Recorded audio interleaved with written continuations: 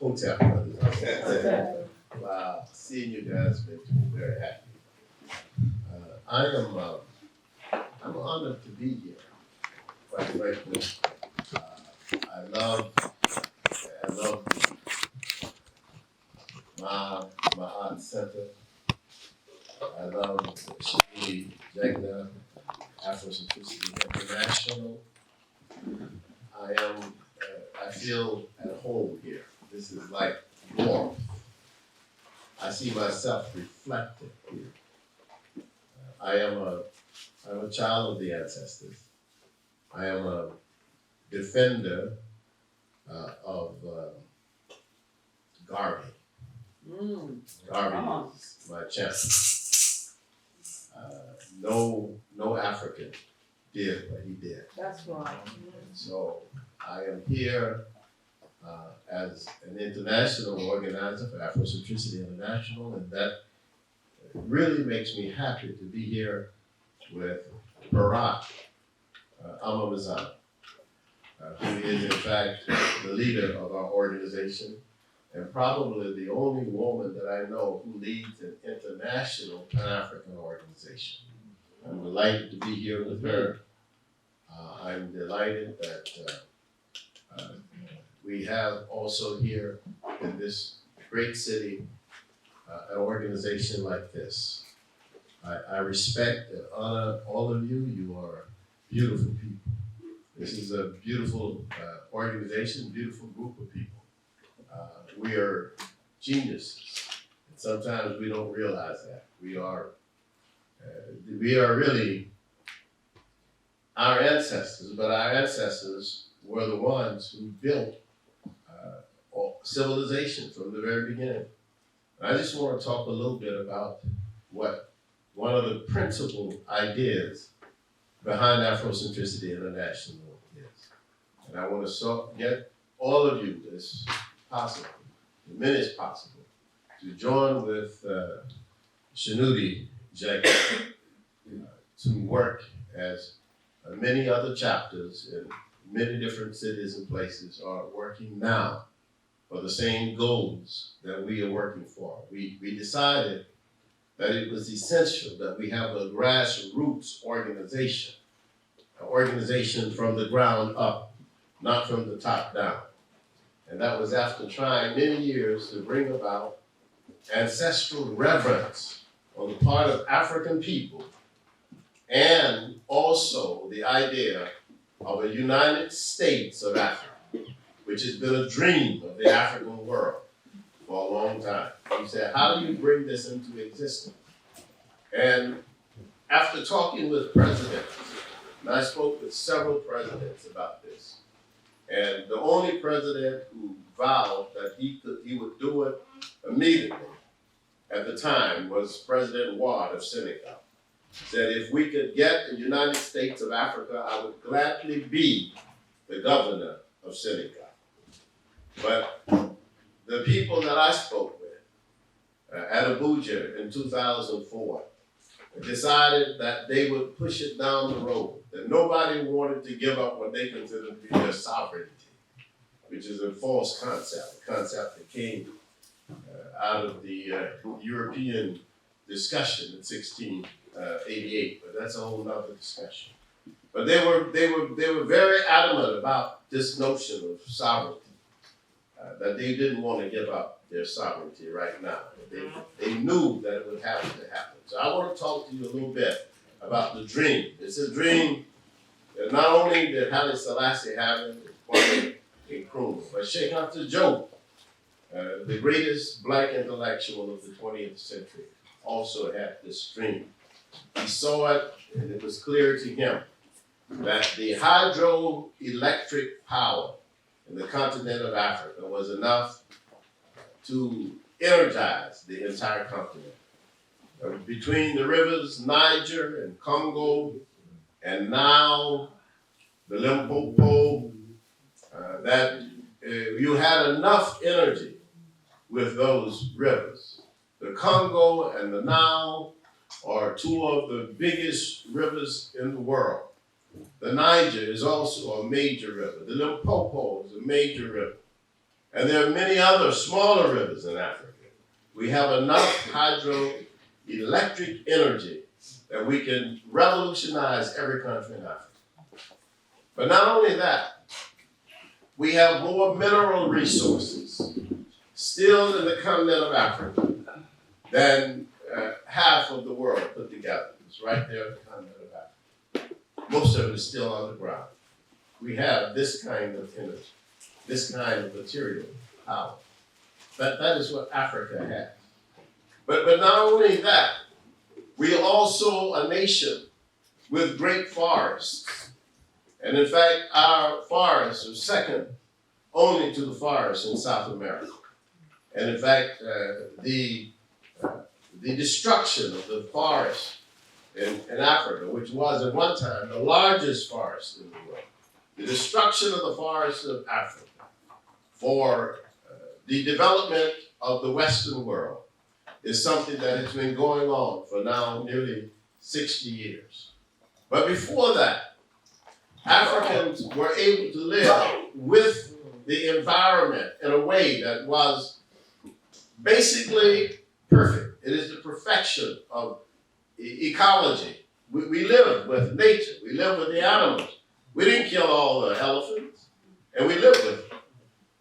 We didn't kill all of the deer, the wildebeest. We didn't kill all of them. We lived with them. And we were able to do this because of our general philosophical outlook as African people, meaning that we accepted the idea of totems. We were one of the first people to accept the idea that on such and such a day, you don't kill deer. On such and such a day, you don't kill this animal or that fish or whatever. So that we allow, in an ecological way, for animals to survive without us eating all of them just because we like the meat of that particular animal, you see. So this was a brilliant idea that allowed African people to enjoy the nature that the divine had given us. And we were able to do that because of the philosophy that we had. There were no orphans in Africa. We didn't have orphan children. Everybody's part of a family. And if it wasn't a part of the mother and father at a particular time, because of disease or distress or warfare, that person became a part of another family. That's the way Africa took care of its people. So the continent has a lot to teach the world. That's why we start when we call Shanudi, Jackson, we call him Shanudi. Shanudi comes from the word Shenu. Shenu is a word that they used to call cartouche in the French. And that means someone who has been given authority, you see. And so it's a very powerful term.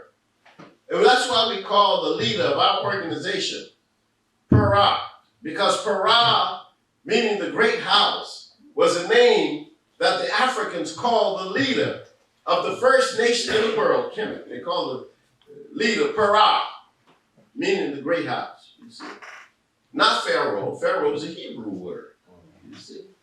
So they changed it. But Europeans changed everything. That's part of the problem. That's why we have to dig so deeply, because they've messed up everything.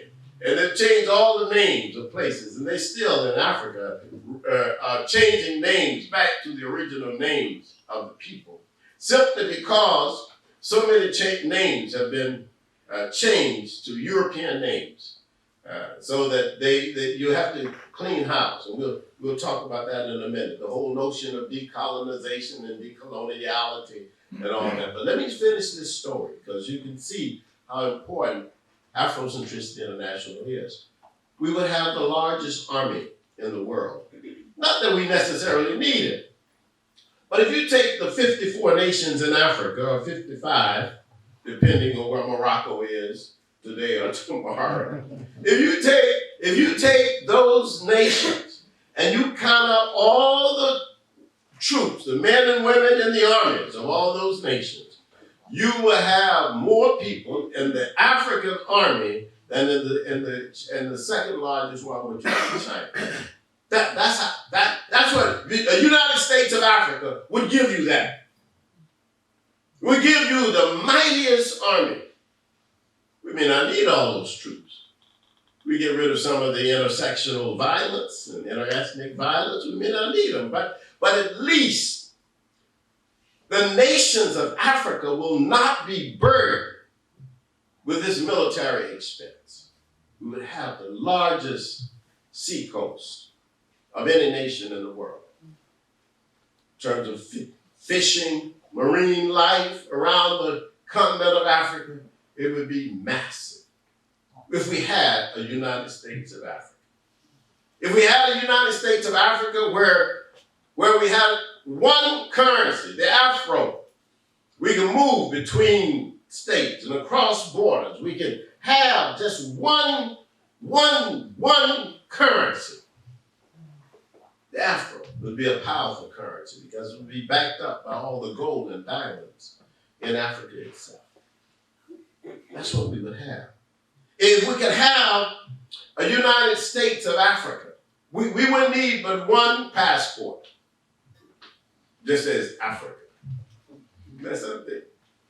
You know, I can leave my little village of Tafo in Ghana and go over and stay a few weeks over in Ijebu in Nigeria. And there you go, see that? Be over there in Ijebu. Take my same passport, Africa, and go over to Kenya and go to South Africa and the Congo. Just one passport. Can you imagine that? United States of Africa. This was a vision that Kwame Nkrumah had. And when Ghana got its independence, he said, that's nothing if it's not connected to Africa itself. And if we had that vision, that dream, we could change ourselves, we could change the world, we could change the way people feel about Africa. Can you imagine Africa having one trade policy when it's dealing with UK? No, I know UK wants to have one trade policy too when it's dealing with the rest of the world. Y'all want Brexit maybe one day. Or not Brexit, I don't know. But I've been hearing discussions about it, right? But Africa, the United States of Africa, speaking with one voice. One voice. The president of Africa sitting right across from the president of China. And she would be able to tell him, look, Mr. President of China, I represent 2 billion people in Africa. We're a mighty nation. Africa would be one of the richest nations in the world. Not 45 of the poorest nations in the world, but one of the richest nations in the world. That's what could happen. This was no pipe dream. This was something that they actually saw. Our ancestors saw this. We see the same thing. Garvey saw it. Garvey dreamed it. Why? Where is the African army? Not the army of Togo. Nobody cared much about the army of Benin or Niger. But of Africa? Of a country like Africa, the United States, where it's a country, not just a continent. Remember, this continent was divided not by us. Europe divided Africa. Each one trying to get rich by taking a part of Africa. That's what they did. They created the boundaries. People argue, they argue now.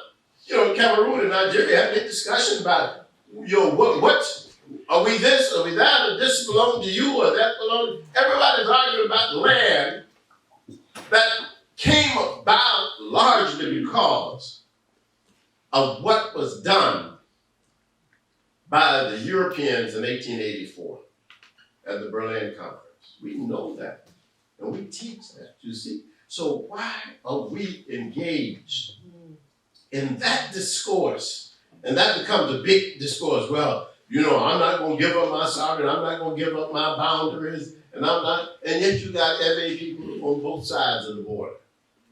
You got Yoruba people on both sides of the border. They're in Nigeria, they're in Benin. You got Akan people on both sides of the border. They're in Cote d'Ivoire as well as Ghana. So you got all these issues, but these issues are really non-issues. They're created issues, and they've been created by Europe, and it has crippled Africa. So the Afrocentricity International, as a worldwide organization, was started about 9 years ago by Barack Obama and myself, because we said, you know what? Just like Garvey said, and we studied Garvey for 2 years. We said, just like Garvey said, if it has to be done, somebody has to do it. If nobody's doing it, we'll do it. Now let me just say this, and I won't be long because I know you want to hear the Barack, but I want to say this very, very important. This is a very important thing. There are a lot of organizations that call themselves Pan-African. Question is, what is Pan-Africanism? Pan-Africanism is not a slogan, but they've made it a slogan. People have talked about Pan-Africanism as if it's a declaration. I'm a Pan-Africanist. People say, I'm a Pan-Africanist. And then when you start talking to them, you discover that they are Pan-Africanists, but they're also all kinds of other things that they put before Pan-Africanism. That's one of our fundamental problems. There is an organization, a very, very creative organization in many ways, which started about 3 years ago, several years after we started Afrocentricity International, which has been a very quiet organization. We go around the world building black chapters of an organization called AI. And they're in Australia, they're in Canada. We just build these organizations. And now in London, this is the center of it. We build these organizations, right? Now here's the thing with Pan-Africanism. So this organization became an internet phenomenon. It was a great phenomenon. And so as an internet phenomenon, what they did, they brought everybody in. Everybody came in, became parts of the organization. They had a whole 1,000 members in this organization. And then they started fighting. Some were Christians, some were Muslims. Some believed in this, some believed in that. And we said, that's a mistake. They don't understand what Pan-Africanism is. Pan-Africanism believes in fundamentally one thing, the centrality of the African person in his or her own narrative. That's all it can be. You can't put nothing in before that. There's no, I have even debates and discussions with socialist Pan-Africanism. And that's a big one. And I'm going to tell you why I have an argument with it. I have an argument with it because I know exactly where it came from. And really started here in London. George Padmore. And I love Padmore. Padmore is one of my favorite people. He was a Trinidadian, very, very strong, but because he joined the Communist Party, his ideology was not Afrocentric. His ideology was socialism. And by having an ideology that was socialism, it led him to order and to interpret Pan-Africanism only in the context of socialism. You can't do that. It has to be in the context of what is in the best interest of African people. If the Chinese are involved in Africa, they're involved in Africa for their own benefit. If the Russians are involved in Africa, they're involved in it for their own benefit. If the capitalists are involved in Africa, they're involved in it because of their own benefit. The question is, what is Africa expressing? That is the only way you can have a true Pan-Africanism. And that's why we start with saying, first of all, and it's amazing how many African people are scared of their own ancestors. They say, well, why don't you just have a respect for your ancestors? That's all we ask. Well, that stuff is strange stuff. I don't want to go there. I don't believe in all that strange stuff. Just respecting your grandfather, your grandmother. Well, why's that strange? What's wrong with that? I went to China, been to China 6 times. And China is an atheistic country. But almost every shop you go in, every house you go in, they got a shrine to the ancestors. I said, no, this is strange to me. Black people get scared of their own ancestors. Well, we're the ones who created the tradition. In Europe, we bury our dead right on the same land that they worked on. Sometimes right in the same compound. We had an understanding that they were with us forever. And that's why the concept of the Almighty God was a remote concept. That concept was a creator concept. Create, and then that's it. That's the finish. Finish. We didn't have no concept like no personal savior. No, my ancestors are my personal saviors. My ancestors are the ones that I go to for inspiration.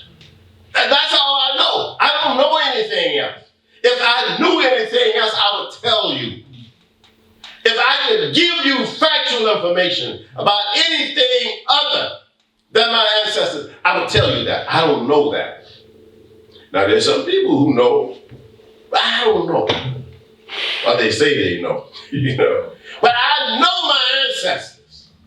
And I know the collective ancestors, the global ancestors of African people. And I praise the name of those who gave us the names of the divine, like Atum and Amen and Ra and Ptah. Those who understood Capra. Those who gave us the moral concept of Ma'at, balance and harmony, and order and justice and righteousness and truth and reciprocity.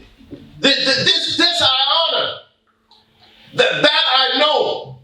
I know we founded civilization. I know we founded culture. There are no architectural structures in the world older than those found on the continent of Africa. I was just in South Africa, in Mpumalanga, and went up to see the birthplace of the sun. 100,000 years old, black people stood up, the stela, in that place. Nabta Playa in southern Egypt. Thousands of years older than the pyramids, which are also created by black people. All of this I know. That I can speak on. Mathematics. The first mathematical instrument in the world was structured by an African woman in what is now called Swati.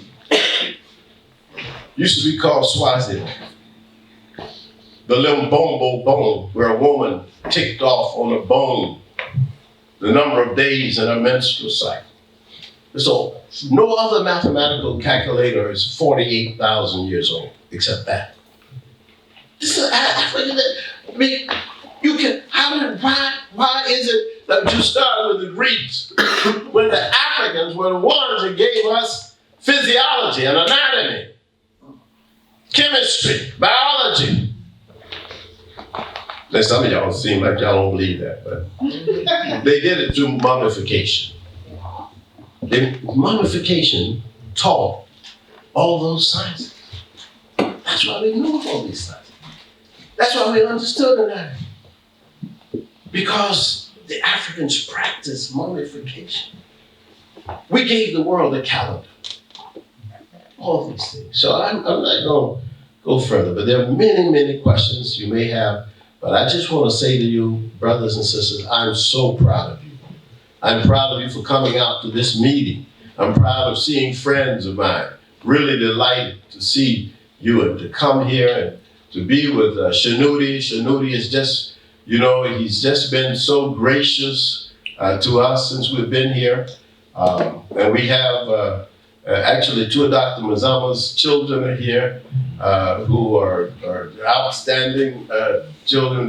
They've taken us all around. We're really, really happy to see them here. So we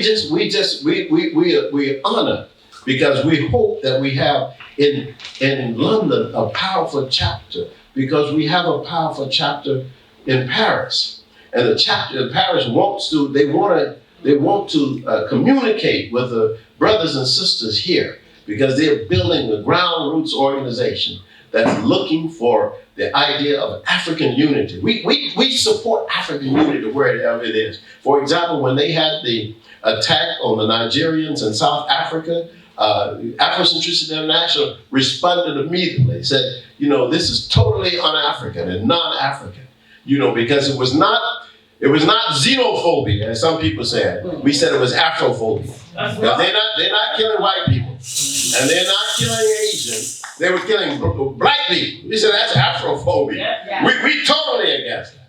We totally against what they call tribalism. We don't believe in that. Yeah. We think that you should certainly learn and be involved in your local traditions. That's important. We all accept our local traditions. I accept mine. I tell people, my ancestors are Harriet Tubman and Nat Turner. These are my heroes. I understand my personal history, my own local history. But in the end, I have a broad history. When Nanny of Jamaica is mine, she belongs to me. Right, right. Zumbi of Brazil belongs to me. Right. Loingo of Venezuela belongs to me. Delgrade of Guadeloupe belongs to me. I'm a Pan-African at heart. So all Africans belong to me.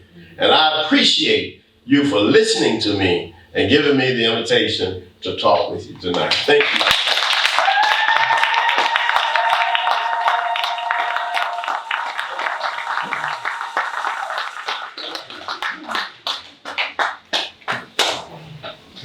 Great. Okay, Doctor, thank you very much. Sesh, Molefi Asante, thank you very much. That was brilliant. Did you enjoy that? Everybody, did you enjoy that? Yes. So much wisdom for us to think about. Yeah, so would you like to take questions now, or should you wait? Yeah, okay. What we're going to do, people, okay. Yeah? Okay, yeah, fine. You take a few now? Yeah, I take a few. Okay, so if you got some questions, we don't long statements, really questions. If you got to make a nice comment and compliment, but we'd rather questions so we get information. We're really about Afrocentricity. It's really about solutions to things. Yeah? That's right. So if you got some questions, please, if you'd like to come up here, Doctor. That's Molefi, yeah? Thank you. So, no problem. Yeah, I'm very, very happy. Okay, all right. 1, 2, 3, 4. All right. You first. Yes. Yes, sir. Thank you. Hello, Doctor. My name is Wanji. Wanji. I've been following you and I'm out for many years now, Thank along with other lecturers like Bob Basson. Yes. And yes. Fakoli. In Cameroon. I'm from Cameroon. That's right. Yeah. We've been to Cameroon. We got chapter in Cameroon. Yes. Right. Yeah. Thank you. And when Afrocentricity came about, and there was a concept that there have to be a solid foundation for Africa to build. Yeah. And that foundation has to be mainly the spiritual aspect of the thing. Mm-hmm. Now, in 2000, I'm sorry if my question is a bit That's right. I just need to give some background. Uh-huh. I met with at the conference with other lecturers I just cited, Bob Basson, yes, and they initiated a project of building an African spiritual center. Yes, of course. An African. I know about what they. I know that project, right? Uh-huh. And he was so delighted to meet you and Amamazam in Cameroon, because he said that he was waiting for those initiatives. Yes. How far are you with that project? If you don't mind, I'm going to defer to Barat Mazama because she's going to talk about that. Good. Because she, I think she may even have a video. Do you have the video on the shrine? It's in French. Well, they could see it maybe, but anyway, but she will talk about that. So that would be very good. Okay, let's go. I defer. Yeah, so my name is Sam Sagara, all the way from Uganda, East Africa, the cradle of human beings and human beings. My dear, I thank you very much for looking at the Afrocentrism completely. Yeah. I feel that Yes, sir. Black power, you know. Yes, sir. So my query was, sometime back when I was studying at Crossing Corridors Fund, there was a gentleman.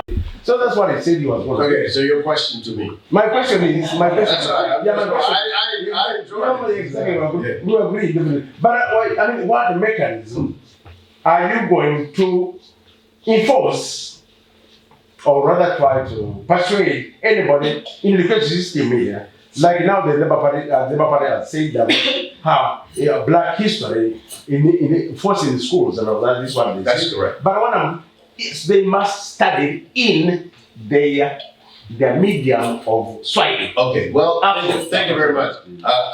We accept that. Yeah. There's no issue with us in Afrocentricity International about Kiswahili. In fact, AU has already agreed to that. Yeah. It is the only African language that they say is a universal African language that they're going to use. And this was proposed in the 1960s, a long time ago. And we can never forget Dr. Maulana Karenga in the U.S. made it a popular idea. And in 1977, this is in the 60s, when he created Kwanzaa. But in 1977, at the Lagos Festac conference, he made a big argument at that conference that we should have Kiswahili as the international African language. And the reason for that is because it's spoken by a small ethnic group, but it's understood by 60 million people. Rather than to choose a huge language like Hausa or Kikuyu or Zulu or Yoruba, well, we would have arguments between people. Why do you choose their language rather than our language? Kiswahili doesn't have a massive indigenous population. So it is being used, and it's being used now. I mean, they have decided that. And I agree with you. And so, Asante San. Salama. Salama, Siku. Okay, there was one there. Yes, please. Greetings, and thank you very much to Elder Jegna. I hope I pronounced his name correctly, because it's important that we use our original African Absolutely, names. that we use African names. My name is Zanya Jem, and I'm pleased to see you in person. We're following each other on Twitter. Okay. We're actually it's a medium we must use to reach out to people in the Black community. We must, yeah. So really, for me, I just wanted to learn from you about the notion of, you mentioned about the language, and we've already identified Kiswahili from Kwanzaa as something that we can all agree on. But you mentioned as well something that Kwame Nkrumah talked about, the single currency. Yes. Could you elaborate more on that? Simply because, for example, when I was in Jamaica recently, it was so beautiful to see Queen Nanny and these other folks on the currency. Yes. So I'm just wondering how that would work in terms of, in Ghana, they have respected leaders, you have Thomas Sankara. How do you identify who goes on that? So that, again, like the language, we can, allow for people to feel happy that their communities are being identified. You have asked a very powerful question. And one of the things that we have said in our writings about Afrocentricity International and about the United States of Africa is that one of the best ways to start is with the least powerful ethnic groups. In other words, that to create a community where the single most important thing is not your ethnic identity, but actually the passion to which you hold the ideas of a United States of Africa. But there would be an organization within the financial monetary structure that would be involved in choosing how the currency is decorated and so on. And I think that we have so many different iconic personalities and people and ideas in the African world that it will take 1,000 years before we put everyone on it. But I think that they could do it in many ways, and maybe I should, in one of my writings, propose how it could be done. Because these things are simple. You just take, Dr. Mazama says it takes courage, and it takes knowledge, and it takes consciousness. if we can do that, we can sit down and do it so that it would represent all regions of the continent. And just to, if you don't mind me saying so, Professor, perhaps the way forward might be a people vote. Absolutely, So that the you people. know, Thomas and Cara would without question Well, be there, but it'd be something that could begin in that way, so that we have, as you say, genuine leaders or Yes. community activists, whoever, that are, as you say, Pan-Africanists. Yeah, the thing with I agree with that, but the problem with it seems to me that one of the problems with the Democratic vote at this level would be that a lot of people don't know the people, and the other one would be that where you have 70 million people who consider themselves Hausa of Fulani, they can just create their person So and they will win. So it's a big challenge. So I would think that some committee with you on it as an expert would be very useful, because Thomas Sankara is one of my heroes. And in fact, he had invited me to Burkina Faso just before he died. So I love Sankara. I mean, and in fact, the shirt I have on, is from Burkina Faso. Wow. Yeah, I love Burkina Faso. Yes, It's one of my great Thank you. favorites. Yes, please. Yes, please. Hello, And my name is Celine. I'm an Igbo extraction, mhm. so that's how we greet. And I have a lot of challenges with the new thought process, if you like, coming out of Africa, African American. I definitely am going to be part of this Yes. organisation. Oh, wonderful. All right. There you go. I love it. I love it. What I wanted to say was I first was exposed to your work when I was searching for more work on Leo. Yes. And I bought your book by mistake. Wait a minute. I should say to you, Kyle may say. No, I was looking for more work on Leo because I was exposed to his work some 20 years ago, and I was like, oh my gosh. And so I stumbled across your book, and I didn't realize it was written by you until it arrived on the doorstep, and I opened and I read it, and then I thought, oh, who's this Dr. Molefi? Who is this chap? You know, and that's the first time that I actually heard your name, and then I started to look into your work and into your, you know, the videos that you have on YouTube with your lectures.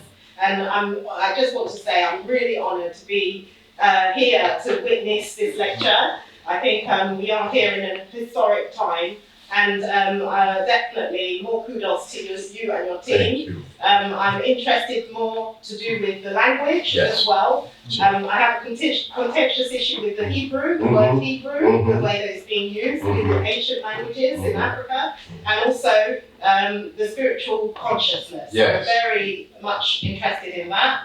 I do understand the Ma'at philosophy and how that relates because it's coming out of Africa. Thank you. However, my direct experience is in Igbo land. Yes. So Omenana Yes, is the one that I do. And I'm very much interested in seeing how that interacts directly. Because a lot of work has been done on the Yoruba side, connecting Yoruba to Medinetta and ancient Egypt. Well, I guess there's no question yet, but let me just say that one of the best works on this is by an Igbo intellectual, Chinwezu, who has written on the connection of ancient Egyptian language to Igbo. So I can get that information. Yes, I don't have a direct question. Yeah, no problem. Thank you so much. Thank you so much.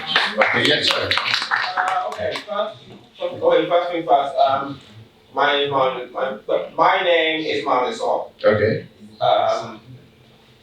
First things first.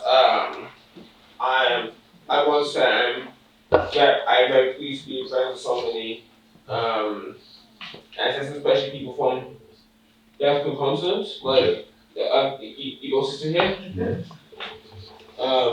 Like, pick up a couple of stuff about Igbo just simply by listening to you.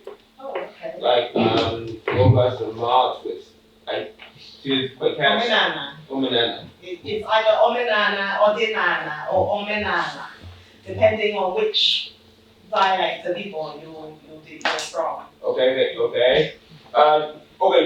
That's just a bit of a side point.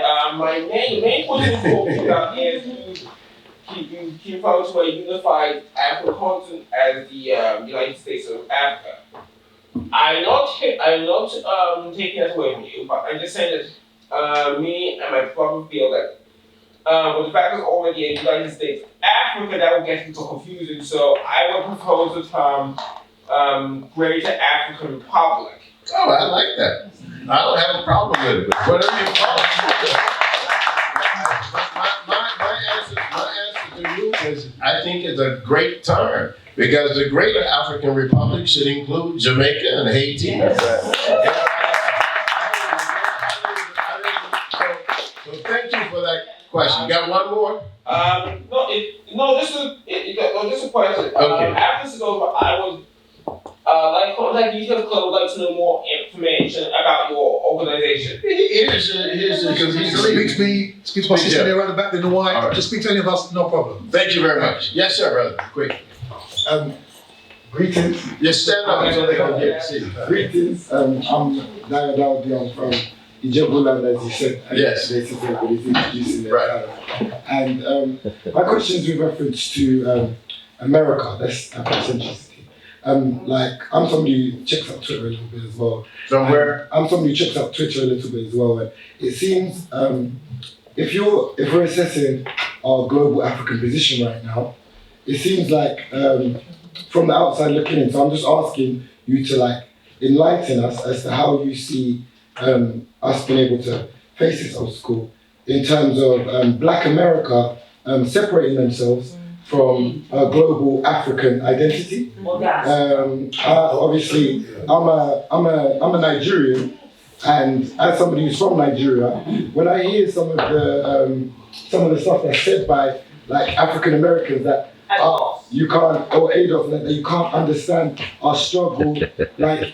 In Nigeria, the struggle in Nigeria is a struggle anyone can struggle in this world right now. The poor people in Nigeria. So for us to hear that, I know if they were to hear what the Americans are saying, Nigerians won't be able to connect with them. And if so, well, I hear your question, and I've heard it several times, and I meant this. We were going to talk about it today. But let me ask you a question. Did you hear our response to ADOS? no. Yeah, I did. Oh, well, let me just tell you, because I'll make this real short. The organization ADOS, ADOS, stands for American Descendants of Slaves. All right? And it came out of a reactionary group of Republicans, Black Republicans, with the idea that if we ask for reparations, in order to ask for reparations, we ought to be able, since in the US, much like in the UK, you got Africans from everywhere. We need to be able, they said, to identify who is a direct descendant of the enslaved Africans in the United States in order for us to get reparations. That's their argument.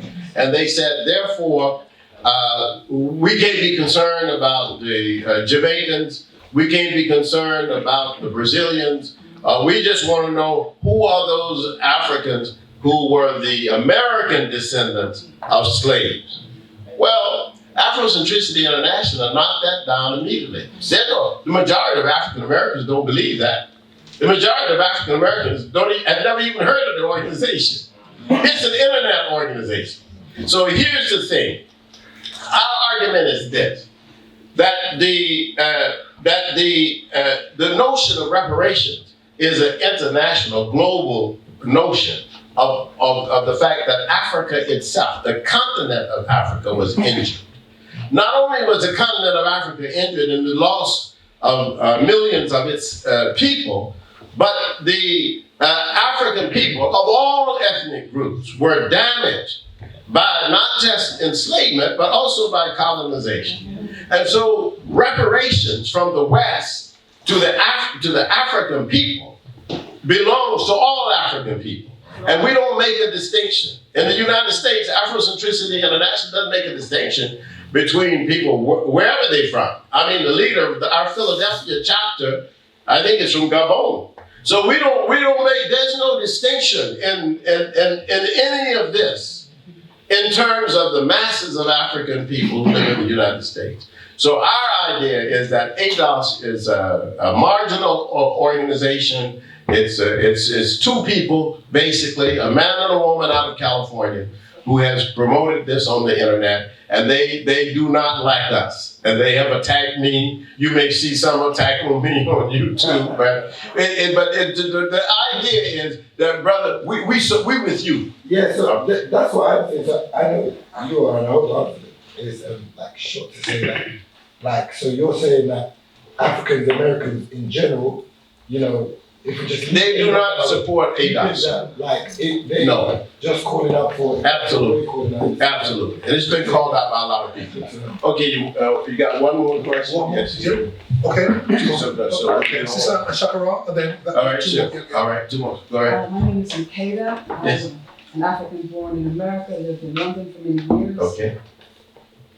The truth of our history as global African people is often known in groups like this. We have scholars like yourself running African American studies programs. We have all the books, we have all the footnotes, we have all of that. But the information about who we really are and what we really did and why we are important and what our place is in humanity is still not known by most of us globally. Correct. And it feels like when we know who we are Mm-hmm. and what our history is, Mm-hmm. because it will connect us. Mm-hmm. That's going to be a motivation for the kind of centrality that we Absolutely. need. So I'm just wondering, do you have a particular plan for that, or and just related to that? Although I don't know that much about it, I was recently at a meeting that had to do with the UN Decade for Yes. Africa. And what I thought about in terms of that was that they had some program here recently about, and excuse me, because I'm not a historian, so I may not say this part correctly. They had one of these programs, they had a documentary, Britain is good for documentaries, saying, yes, there were some lost black pharaohs out of the Sudan. Oh yeah, I saw that. Right, okay. And of course, I had been taught by Robert Walker beforehand, yes, they're happy to give us the ones out of the Sudan. And we give up all the ones who started everything. Right. So, and I looked at that, and I thought the same thing you did. I said, these people have no... No, So, yeah. but then again, most of us would not have known that. So Absolutely. I just wonder what we do about Well, that. thank you very much. And I could get it's a good segue into my book is called The History of Africa. The History of Africa. It's a comprehensive history of Africa, and it deals with this issue. But let me just tell you this.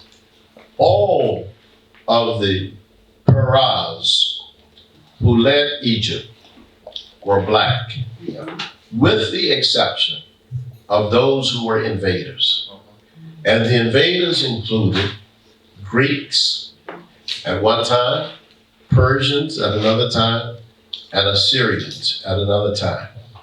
All the ones who were of the 25th dynasty who came from Nubia controlled all of Kemet, all of Egypt. They controlled all of Egypt. But this was just like when Germany controlled France. It didn't mean they were a different race. They were all black people. The Nubians were black, but so were the Egyptians. They were all black. Egypt did not change in its complexion until you had the infusion of Arabs in the 7th century, this era. The Arabs came to Egypt in 639 AD. If you're talking about BC, you're talking about a whole black genealogy of African leaders, kings and queens. Hatshepsut was black, Ramses was black, Thutmose III was black, Imhotep, the first builder of a pyramid, was black. Menes, the one who founded Kemet, was black. All these were black people. So they were trying to be slick. They tell you, oh yeah, the 25th dynasty, that family was a black family because they came from Sudan, what is now Sudan. But the thing is that all the others were black too. And they came from right there in Kemet. So you got a good point. Thank you, Sister McKay. Last question now, and we're going to move on. Sorry, my brother. Last question. I'll be very quick. I wasn't even going to say nothing until this ADOS point came up. Yes. I want to respectfully say that I would guard against the idea that there's a marginal group. Only because, and they are to some degree, but I think a lack of awareness of them is not necessarily a disagreement with some of the things that they say. And in my experience, the anti-African sentiment is easily riled up among our people. And in my interactions with brothers and sisters, the extent to which they have been able not just to forward an idea, but redefine Pan-Africanism, which they have attacked profusely, and been able to get people to agree with their definitions and their ideas around Pan-Africanism is something that we have to take very seriously in a multimedia age in which ideas spread like wildfire. And unfortunately, at Pan-Africanists, we are not best adept in terms of informing our people about what it is we say we stand for. So I guard against that. My question then, and I did see your response. In fact, I actually typed a response to your first response before you did the video. So my question is twofold. The first one is, one of the things that you said was about the Russian bot argument, I'm not a particular fan of the Russian bot argument, only because it presumes to suggest for many people that the Democratic Party is more favorable to our interests than the Republican Party. And so I'd like to... we can have a big discussion about that, because that's a true statement. Well, are you saying? I think I understand your point, but can I just go ahead? I want to just get to my second, which is going out of my head now. I'm sorry.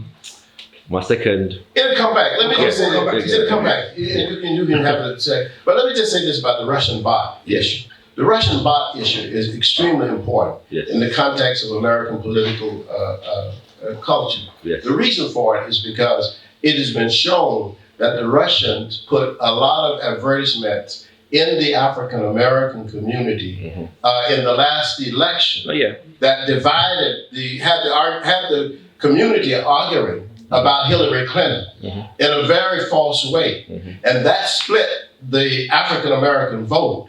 And that was a very and Facebook has admitted all that. So we know that happened. You know, advertising things, and so people would run there and say this is this and this is that, and they argued about issues that shouldn't even relate to us. You see, but those issues existed. That's why I suggested that I don't know the other reason that I don't know. I've been in the Black movement for nearly 60 years. I don't know any African American leadership who would support ADOS.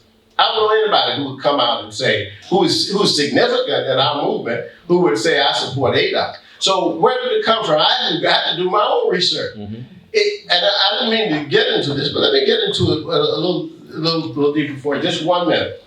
We have a lady running for the office of president named Kamala Harris.